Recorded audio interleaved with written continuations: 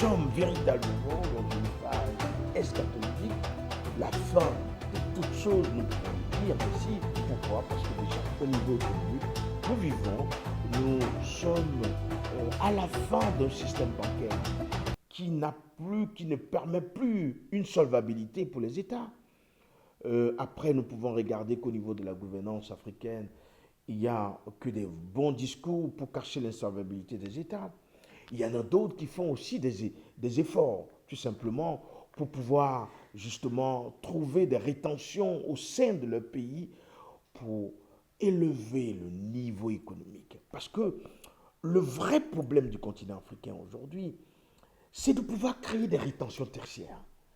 Nous greffer dans ce marché mondial, mais venir avec des nouveautés. Venir avec des systèmes sociaux fonctionnels dans lesquels nous, la population, comme des intermittents de spectacle, des plateformes d'intermédiation, pour que nous puissions élever notre économie, permettre le consumérisme, permettre une vélocité économique des États. C'est pour cela que vous pouvez constater que sur le plan spéculatif, vous pouvez voir l'émergence des États.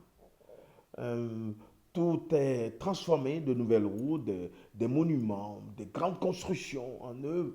Parce qu'aujourd'hui, le terme de développement, et on ne peut erroner, parce que les Africains, on parle de développement quand on voit des immeubles, on voit sur d'autres avenues des grands mouvements, ainsi de suite, ou bien des immeubles, tout ce qui est spéculatif. Mais en réalité, c'est une facette. Vous pouvez avoir autant d'immeubles, autant de routes, mais vivre une précarité astronomique. Donc, nous devons aussi comprendre la notion de développement sur le continent africain. Et cette notion n'est pas encore saisie. Parce que le développement, en réalité, c'est le développement consistentiel, un développement négantropie, réfléchi des systèmes sociaux fonctionnels dans lesquels nous avons des solutions pour lutter automatiquement contre l'entropie qui nous guette dans tous les secteurs de développement. Par exemple, la population qui ne fait qu'augmenter d'ici 2035-2040, nous allons rentrer dans une phase de stress hydrique sur le continent africain.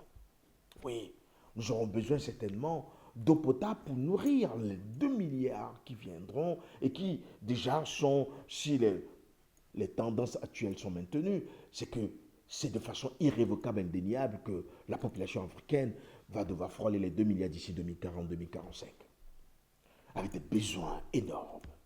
Mais de vous à moi, nous pouvons constater que jusqu'alors, malgré cette population de 1 milliard, 2 milliards, 3, 4, nous pouvons nous en rendre compte que pratiquement 60% de nos populations sont dans la précarité profonde.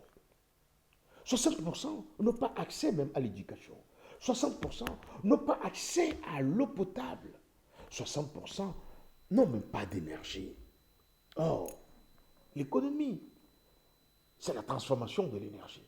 Cette énergie, vous allez dans les contrées lointaines, vous allez dans les villages, vous allez vous en rendre compte que nous sommes encore à l'étape de la préhistoire, où nos mamans, ou nos parents, il y en a d'autres qui devaient en phase de leur gestation, des femmes enceintes, qui ne trouvent pas des plateformes pour pouvoir justement passer leur gestation dans de bonnes conditions.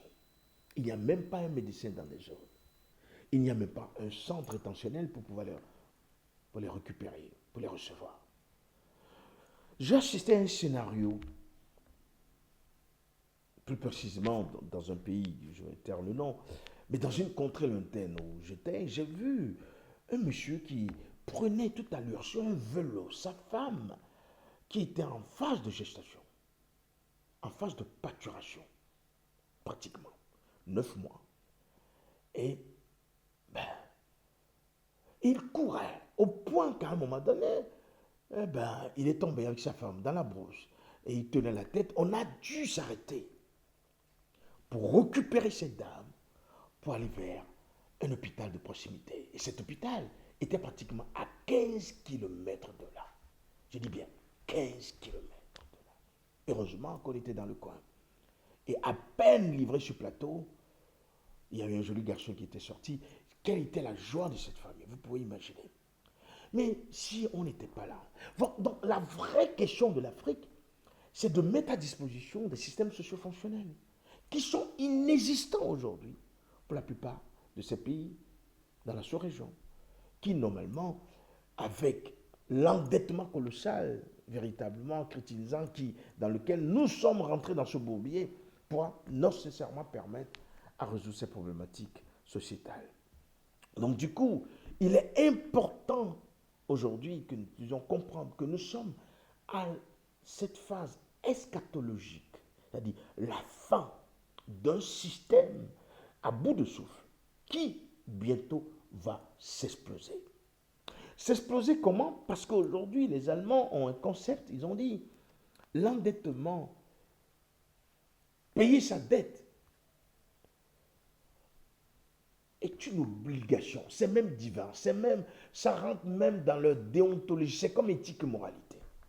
Que quelqu'un endetté, si vous prêtez de l'argent, en aucun cas on ne viendra vous dire que non, à partir d'aujourd'hui vous ne payez plus, non pas du tout, vous devez rembourser cette dette-là.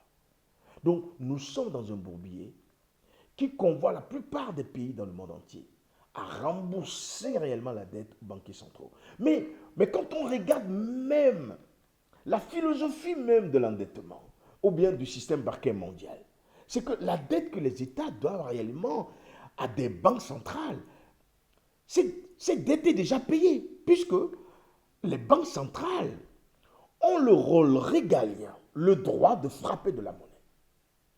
C'est-à-dire que si moi, je suis endetté de 10 milliards, une banque centrale a le droit de prendre ses actifs financiers auprès des institutions de financiarisation des États ou bien les banques ovniques et de pouvoir déchirer ce papier et combler ce vide par une petite énergie, allumer la lampe, démarrer la machine, mettre le papier là-dedans et on sort des billets pour compléter réellement ce que l'État doit.